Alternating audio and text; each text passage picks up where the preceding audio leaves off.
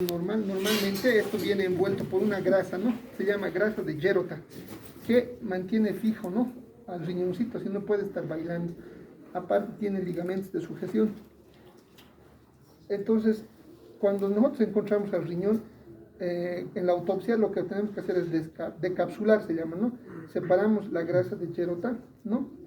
Y se encuentra una superficie, ¿no? Que puede tener estas cisuras que se llaman lobulaciones fetales, se llaman, ¿no? Que vienen desde la etapa embrionaria. Pero en este caso, este riñoncito tiene un tumor y acá estamos viendo una lesión, ¿no? Que mide aproximadamente 4 centímetros, ¿no? Y es blanquecina, irregular con necrosis, ¿no? Que se encuentra en la parte media. Estos son los polos, ¿no? Uno es el polo inferior, este es el polo inferior y este es el polo superior. Este es el riñón izquierdo, o derecho, perdón. Entonces, es importante al corte del riñoncito ver, ¿no? Tiene acá una corteza, que es la parte superficial, y esta corteza está separada por pirámides, ¿no? Y esas pirámides, o llamadas también de Marpigi, están separando entre ellos, ¿no? Acá no se puede distinguir bien, ¿por qué? Porque hay un tumor y ya ha destruido prácticamente la arquitectura normal del riñón. Y esta grasa que ven aquí es una grasa de sujeción nada más, ¿no? Y estos son los túbulos colectores, ¿no? Menores, mayores, y están desembocando en la pelvis renal y en el uréter, ¿no? Y por este otro lado podemos ver en el ilio que tienen estas que son las arterias renales y uno que es la vena renal, ¿no? Entonces esto es lo normal de un riñoncito. Debe medir 12 centímetros de largo por 6 de ancho y por 3 centímetros de ancho. Pesa aproximadamente 120 gramos, ¿no? Hasta 150 puede pesar. ¿Ya? Entonces, lo importante mencionar acá es que en la corteza, en toda esta corteza vamos a ver los glomérulos. Estos glomérulos, ustedes saben, microscópicamente están constituidos por capilares y nos ayudan a la ultrafiltración glomerular. O sea, entra vino y sale la orina, ¿no? Así, y parte de lo que es lo normal se va al plasma. Esa filtración solo se hace en el glomérulo. Y para eso, este glomérulo está constituido por una membrana basal, está constituido por células epiteliales, o también llamados podocitos, y esos podocitos tienen lo que son los sustentáculos, ¿no? Son como patitas. Esas patitas cumplen la función de filtrado, ¿no? Moléculas pesadas no pasan por ese glomérulo, moléculas que son muy pequeñitas pasan. Por ejemplo, la albúmina es una proteína de gran peso molecular, no pasa. El eritrocito también es una molécula de gran peso molecular, tampoco pasa. Por eso en la orina no deberíamos ver ni albúmina ni tampoco eritrocito.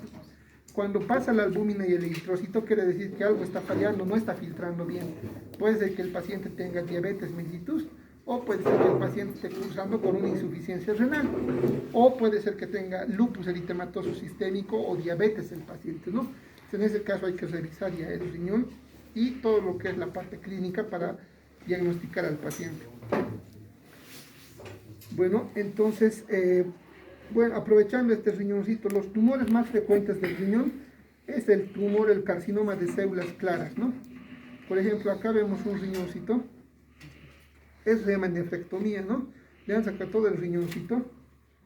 ¿Por qué? Porque tenía un tumor, miren el tumor como un chinchón está, ¿no?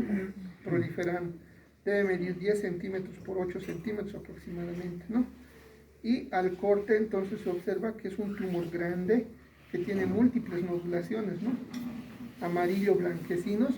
Estos son áreas de hemorragia y necrosis, ¿no? Y prácticamente tiene como una cápsula, ¿no? Como tiene una grasa de Gerota, muchas veces este cáncer rompe la cápsula e infiltra la grasa. Por eso son mamelonados, mira como chinchón. Acá, por ejemplo, se ha roto la cápsula y se ve tejido necrótico y tumoral que está infiltrando, ¿ves? Y acá, esta es la grasa de Gerota, ¿no? Esta grasita que envuelve el riñón se llama grasa de Gerota. ¿Ya? Entonces, ese tumor es el más frecuente en el riñón. Aparece en personas adultas a partir de los 35 años en adelante. Y pues en un principio puede ser localizado o focalizado como este, por ejemplo, ¿no? Pero ya en un estadio más avanzado el tumor crece y puede abarcar ya todo lo que es la fosa lumbar, ¿no? Baja, y puede causar metástasis.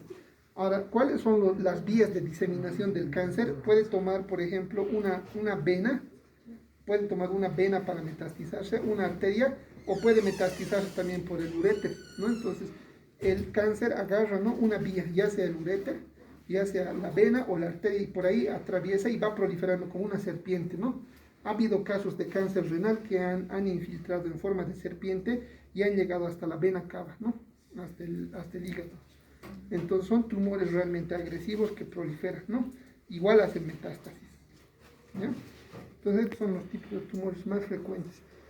Este otro es un eje para ejemplificar un riñón quístico, ¿no? Una nefropatía quística.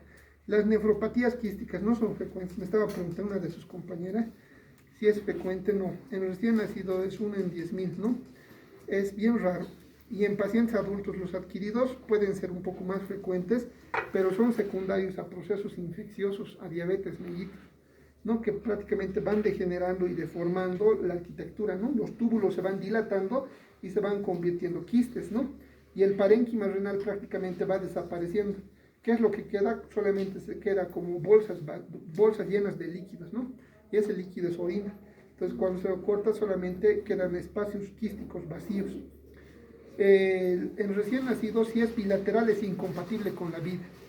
Y en adultos, lo propio. Entonces, hay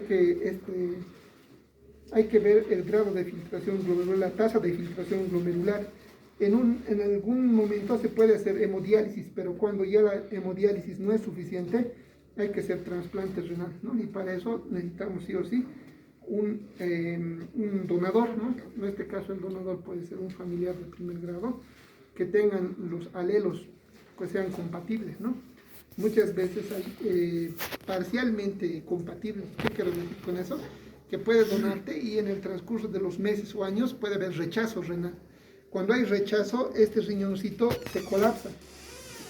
Cuando hay trasplante renal, lo que hacen es anastomosis, ¿no? Esta es lo que es la vena renal, la arteria renal y el uréter se anastomosa con en este caso, del receptor, ¿no? Y lógicamente lo que es la grasa de Gerota mantiene fijo. Entonces, en la mayoría de los casos, en un 70% no debería haber rechazo, pero hay un porcentaje de pacientes que hacen rechazo, ¿no? Y hay una reacción inflamatoria a nivel del uréter, de las venas y de las arterias. Hay una inflamación y hay una formación de coágulos aquí en los vasos y ocluyen, hacen una trombosis y lógicamente hacen una necrosis coagulativa del riñón. En este caso sería del riñón del donante, ¿no? El receptor hace una reacción, lo reconoce como antígeno o cuerpo extraño al riñón, entonces lo empieza a destruir. Ahora, esta destrucción puede ser rápida o lenta, ¿no? Puede ser dentro de las 24 horas, puede ser en el mes o puede ser en los meses o años. Si es rápido, antes de las 24 horas, se llaman reacciones de hipersensibilidad o rechazo hiperagudo, se llama, ¿no? Si son en semanas o un mes, se llama agudo. Y si es en los meses o hasta el año, se llama rechazo tardío, ¿no? Cualquiera fuera el caso, hay que hacer constante seguimiento de los pacientes con trasplante renal. Otras veces yo he visto, por ejemplo, en alguna situación que ha habido ruptura de la sutura de la anastomosis y ha habido hemorragia, ¿no?, masiva, se ha soltado unos puntos de la arteria renal y ha habido hemorragia retroperitoneal, ¿no? Y el paciente ha fallecido por shock hipovolémico. Han pensado que era rechazo renal, pero no. ¿Por qué? Porque se han soltado los puntos y había colección de sangre en todo lo que es la fosa posterior, ¿no? Entonces puede pasar eso, ¿ya? Hay más patologías que hay que hablar, ¿no? Las patologías vasculares, benignas, malignas, las glomerulopatías, por ejemplo, lupus eritematoso sistémico, la amiloidosis, son varias patologías, pero mejor la vamos a hacer con la diapositiva. La próxima semana vamos a ver lo que es riñón y sistema urinaria baja, y ahí lo vamos a ver, ¿ya? Entonces pueden pasar y pueden, ¿no?, revisar las piezas y luego pasan a los microscopios.